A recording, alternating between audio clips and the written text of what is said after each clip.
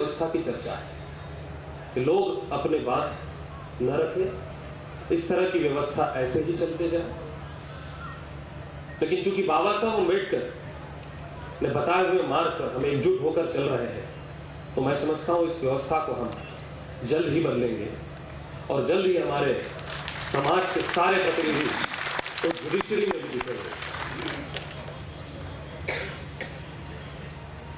मेरे इस छोटे से स्पीच को समाप्त करके मैं फिर बाबा साहब के कहे हुए शब्द को कहता हूं जो उन्होंने संविधान सभा में कहा था।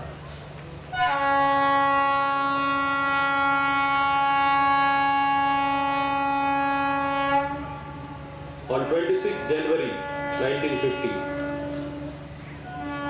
we are entering into the life of contradictions, where we will have a political equality, but not the social and economic equality.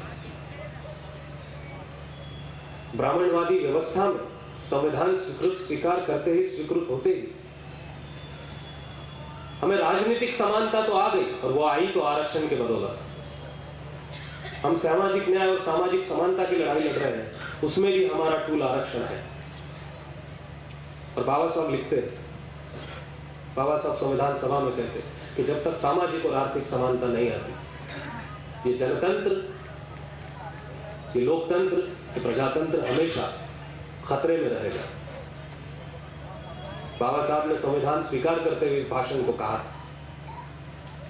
और अगर हमें इस जनतंत्र को खतरे से बचाना है, क्योंकि उतनी ही जिम्मेदारी हमारे कंधों पर है कि संविधान को हमें बचाना है। कहीं ये मनुवादी, कहीं ये ब्राह्मणवादी, कहीं ये आरएसएसवादी व्यवस्था हमारे संविधान पर ना आए, क्योंकि जब तक संविधान है तब तक हम व्यवस्था परिवर्तन की बात कर सकते हैं, हम गुलामी को तोड़ने की बात कर सकते हैं।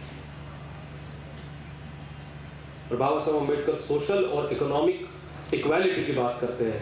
इसका मतलब इसमें एक हिडन मैसेज है कि वो सोशल और इकोनॉमिक जस्टिस की भी बात करते हैं, कि वो जस्टिस जब मिलेगा, और वो जस्टिस न्यायपालिका के अगर मिलेगा, तो न्यायपालिका में हमारा प्रतिनिधित्व होना चाहिए।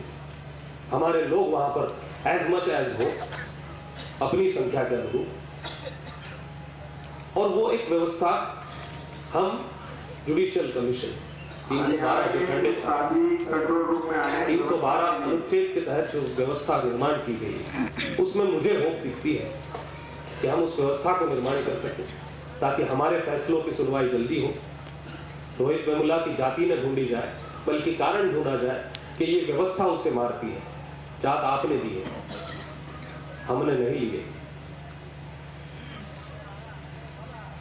ये मानना आपने शुरू किया कि हम दलित हैं। हम दलित नहीं हैं, हम आदिवासी नहीं, हम मूल निवासी हैं।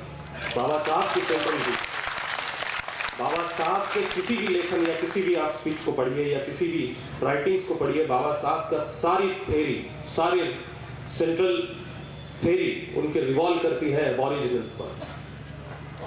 चाहे वो धर्म में होने वाले कुकर्म व्यवस्था के बारे में हो या चाहे दूसरी व्यवस्था।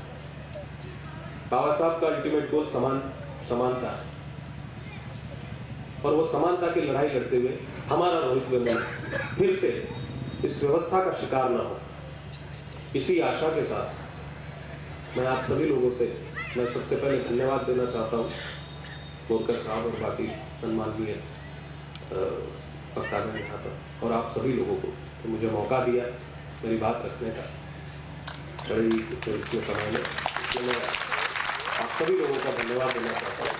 Thank you very much. जय हिंद, जय मूल निवासी, जय भारत।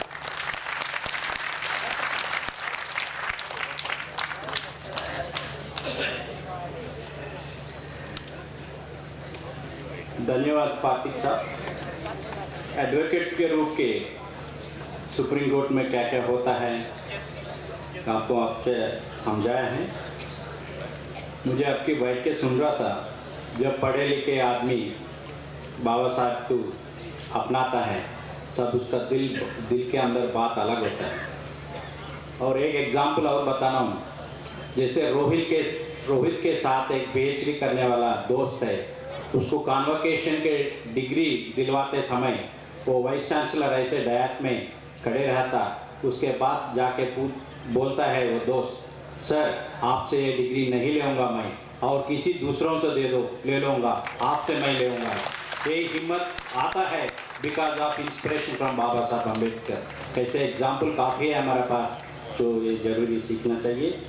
और now I request doctor Sanjay Aparanti, retired superintendent of police Maharashtra, sir I request you please share your views on this subject.